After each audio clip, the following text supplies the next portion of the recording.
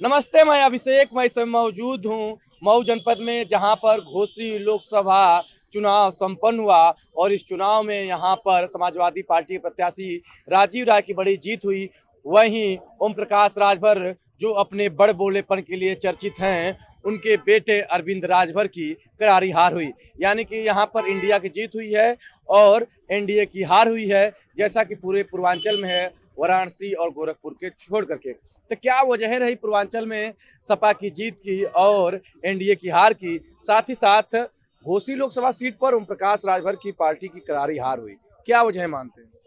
देखिए, जैसा कि कहा गया है कि कोई भी काम हो या गेम हो या पॉलिटिक्स को ही ले लीजिए, बेस्ट स्ट्रेटेजी ऑलवेज विंस। ठीक, तो कहीं ना कहीं स्ट्रेटेजी का खेल होता है। और पिछली बार भी आप लोगों को मालूम है, आप लोग तो पत्रकार हैं, पिछली बार जो विधानसभा का चुनाव हुआ उसमें भी जो जातिगत समीकरण बैठाने का प्रयास भारतीय जनता पार्टी ने किया, उसके तहत भी ओम प्रकाश राजभर जी घोसी में आए। तो कुछ बयानबाजियां इस तरह की रही और सबसे बड़ी बात रही इस बार के चुनाव की अगर आप बात करें तो भारतीय जनता पार्टी का जो हमको लगता है, भारतीय जनता पार्टी मंच से केवल सच्चाई देखें तो कांग्रेस का ही प्रचार करती रही। उन्होंने कांग्रेस के मैनिफेस्टो के ऊपर जितना विस्तार से बोला, मुझे नहीं लगता कि मोदी सरकार जी की अपनी योजनाओं को वो उस तरह से प्रचारित और प्रसारित कर पाए जितना बेहतर तरीके से उन्होंने कांग्रेस के मैनिफेस्टो का पोस्टमार्टम किया। तो जनरली जिस एजेंडे पे मोदी सरकार आई थी जनता के बीच में, तो जनता के निचले छोर तक उस चीज़ को वो परसू कर ही नहीं पाई। तो आप अपनी नीति का प्रचार प्रसार ही नहीं कर पाए। दूसरी बात, जो प्रत्याशी महोदय आए ओम प्रकाश जी के बेटे अरविंद राजभर जी, तो कई तरह के इस तरह वीडियो वायरल हो गए। अब वो साजिशन हुए कि किस तरह हुए ये हम नहीं जानते, लेकिन सच्चाई है कि उनका जो भी असर गया जनता पे, कहीं ना कहीं उन्होंने जनता से उनको दूर कर दिया। तत्कालिक कारण क्या मानते हैं? तत्कालिक कारण ये मानते हैं कि सबसे बेहतर ये है कि गठबंधन, इंडिया गठबंधन के जो भी प्रत्याशी रहे, उनके जो भी नेता रहे, उन्होंने जो मुद्दे मंच से उठाए, जैसे बेरोजगारी का, महंगाई का मुद्दा रहा, संविधान का मुद्दा रहा, इन सब मुद्दों को वो जनता के बीच तक पहुंचाने में सफल हुए। आते हैं चाचा, नहीं बोलेंगे कुछ? हार गए। यहाँ पर आते हैं, यहाँ पर देखिए नेताजी हैं, पजामा कुर्ता पहन लिए। क्या वजह रही कि घोसी में सपा की बड़ी जीत हुई? यहाँ पर बड़े नेता ओम प्रकाश राजभर की हार हो गई, उनके बेटे की। देखिए, सपा की इंडिया गठबंधन की केवल घोसी में ही नहीं जीत हुई, पूरे उत्तर प्रदेश में एक माहौल बना। और अभी जैसा कि भाई साहब कह रहे थे कि इस बार जो इंडिया गठबंधन का मैनिफेस्टो बना था, इसमें नौकरी की गारंटी युवाओं के लिए और किसानों के लिए एमएसपी की बात कही गई, महिलाओं के लिए जो बात रखी गई, यह चुनाव, महंगाई, बेरोजगारी, युवाओं की समस्या, नौकरी की समस्या, इस पे हो रहा था। लेकिन मोदी जी बार बार उसको डिरेल करके दूसरे मुद्दे पर ले जा रहे थे। लेकिन जनता जो है इस पे अड़ी थी। साइलेंट, कुछ मतदाता साइलेंट रूप से एकदम बैठे थे कि हमको कब ईवीएम की बटन दबानी है, और एंटी भाजपा, एंटी मोदी। अच्छा, ये बताइए, बनारस का जो आप देखेंगे कि अजय राय जी वहाँ, उनको मोदी जी वहां से जीते हैं लगभग 1.5 लाख वोट से, यानी 5-5.5 लाख मत से वह 1.5 लाख पे आ गए। यानी कितनी बड़ी एक खिलाफ उनके लहर थी। अगर थोड़ा सा भी और प्रयास किया गया होता तो मोदी जी आज बनारस से हार के चले गए होते। लेकिन एक समझ लीजिए कि हार गए हैं। लेकिन आप लोग तो अब सरकार बना नहीं पाएंगे, तो जनता की उम्मीदों पर खरा नहीं। देखिए, यही है लोकतंत्र में कि आज जो है कि संख्या बल का एक ये रहता है, 272 का आंकड़ा है, और इंडिया गठबंधन के पास जरूर इस पे हमारे शीर्ष नेतृत्व के लोग, आज 6 बजे इंडिया गठबंधन की बैठक थी, तमाम बड़े नेता, अखिलेश जी और सभी नेता जो है मंथन कर रहे हैं। अभी नीतीश जी का और चंद्रबाबू नायडू का और तमाम जो दल हैं जो इस भाजपा सरकार से, देखिए भारतीय जनता पार्टी को तो अब तो मोदी का मैजिक जो था, जनता ने उसको खत्म कर दिया है। तो अब जो मोदी का मैजिक क्यों खत्म हो गया, क्या वजह है? अरे मैं तो भाई, देखिए, लोग गायक को गीत के माध्यम से बताते हैं, मैं बताता हूँ, लेकिन ये जो मैजिक था ना, वो उन्होंने वैसा काम नहीं किया। तो उनका मैजिक नकली था, असली मैजिक नहीं था। असली मैजिक तो हमेशा काम करता है। तब वो सरकार बना रहे, प्रधानमंत्री बनने जा रहे हैं, उसका कोई मतलब नहीं है। क्या मतलब है? 5 लाख से 1.5 लाख आएगा। उससे बड़े तुम्हारे राजीव राय 1,61,000 से आगे जीत गए। बड़ी बात यह है उनको कुछ तो, लिखे हो? हाँ ललकार के लिखा हूं मैं। घोसी की जनता ने ललकारा है और ललकार के राजीव राय को जिता दिया। इसी तरह घोसी की जनता ललकार के बधाई भी दे रही है। कैसे भैया?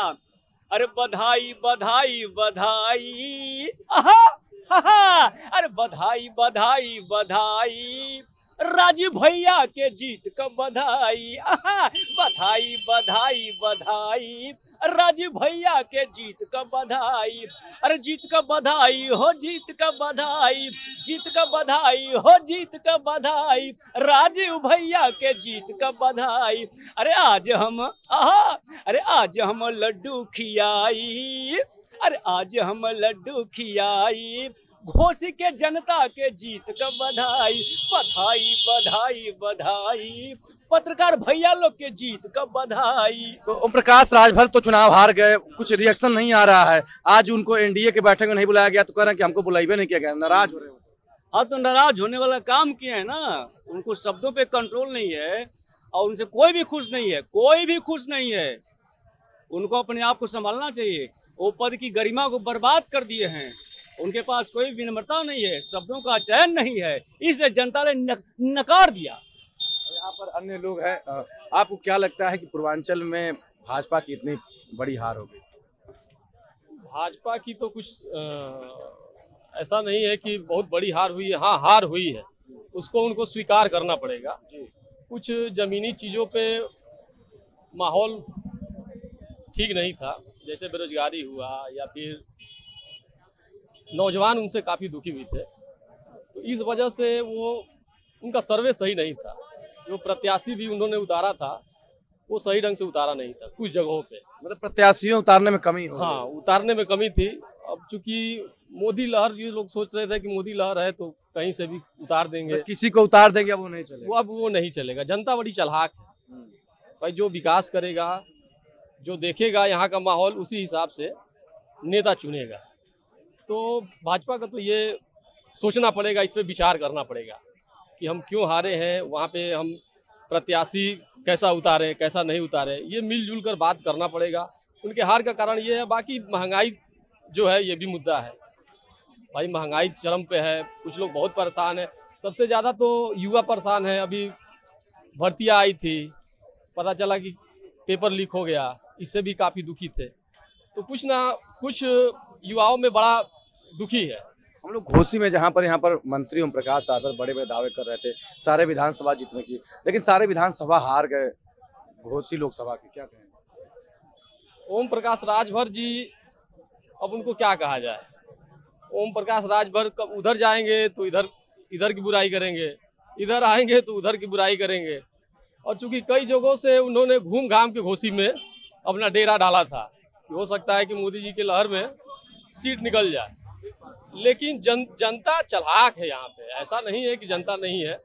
चूंकि जो सपा प्रत्याशी थे राजीव राय जी, क्योंकि उन्होंने भी बड़ा दौरा किया क्षेत्रों का, आज से ही नहीं बहुत पहले से लगे हुए थे, और जनता भी ओम प्रकाश से बड़ी बड़ी नाराज थी। मतलब इधर नाराज और उधर प्रत्याशी का काम। हाँ, अगर यही थोड़ा सा सिंबल चेंज हुआ रहता, कमल का फूल रहता, तो कांटे की टक्कर रहता। सिंबल खास वजह रहा उनके हारने का। मतलब बड़ी हार के पीछे सिंबल रहा। सिंबल तो बहुत मायने रखता है, क्योंकि चाह कर भी लोग उनको वोट नहीं दिए। तो देखिए, बात कर रहे हैं कि चाह करके भी लोग वोट नहीं दिए। क्या लगता है सिंबल हो गया? क्या प्रत्याशी उतारने में भी सपा ने काम किया, भाजपा उसमें पीछे रह गई? प्रत्याशी उतारने में सपा ने बहुत अच्छा काम किया है। श्री अखिलेश जी ने जो प्रत्याशियों का चयन किया, उसमें कहीं न कहीं भाजपा का चयन और अखिलेश जी का चयन, दोनों में अगर आप तुलना करेंगे तो अखिलेश जी का चयन, प्रत्याशी का चयन बहुत बेहतर तरीके से किया। आप देखेंगे तो घोसी में सर्व समाज का वोट मिला। क्या लगता है कि क्या वजह रही कि सर्व समाज सपा की तरफ चला गया? यहाँ पर घोसी माना जाता है कि चौहान राजभर जाति समीकरण सेट होते हैं। यहाँ पर जाति समीकरण के आधार पर ओम प्रकाश राजभर दारा सिंह चौहान को मंत्री बनाया गया, जबकि दारा सिंह चुनाव हार गए थे। क्या लगा कि समीकरण में सफल नहीं हो पाए?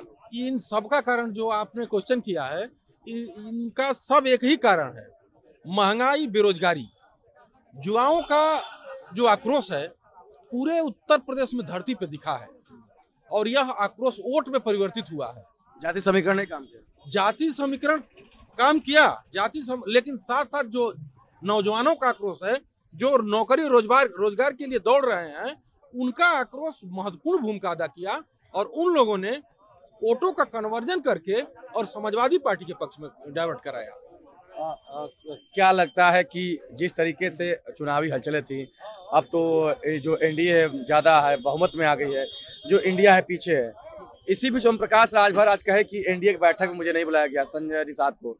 क्या लगता है कि ओम प्रकाश राजभर की अब राजनीतिक स्थिति क्या है घोसी हार के बाद? सबसे पहले मैं आप लोगों को धन्यवाद देते हुए ये कहना चाहता हूँ कि इलेक्शन कमीशन ने इस बार निष्पक्ष चुनाव कराया, उसी का ये रिजल्ट आया है। इलेक्शन कमीशन की ये जीत, मतलब जनता आपके विरोध में है तो इलेक्शन कमीशन कमजोर है? नहीं, आज अब जनता साथ में है तो सही है। नहीं, जनता के साथ साथ इलेक्शन कमीशन का सबसे बड़ा योगदान रहा। इस बार निष्पक्ष चुनाव हुआ, निष्पक्ष सीटें आई, निष्पक्ष सारी चीजें हुई जो हम लोगों ने देखा। उसी का ये परिणाम है कि यहाँ यूपी में 37, 40, 43 आपको देखने को मिल रहा है। ये सारी बातें होती क्या लग रहा है कि पूर्वांचल ने क्या संकेत दिया यूपी ने? पूर्वांचल ने ये संकेत दिया है कि 2022 के चुनाव के बाद जो 27 में चुनाव होने वाला है उसमें सपा आ रही है। तो देखिए, चुनाव संपन्न हो गए हैं, अब सरकारें बनाने बिगाड़ने का खेल चल रहा है। लेकिन हम लोग घोसी में जहां मौजूद हैं, यहाँ पर दो जातियों का, चौहान और राजभरों का समीकरण चलता रहा। लेकिन इस बार के चुनाव में जातीय समीकरण टूटा।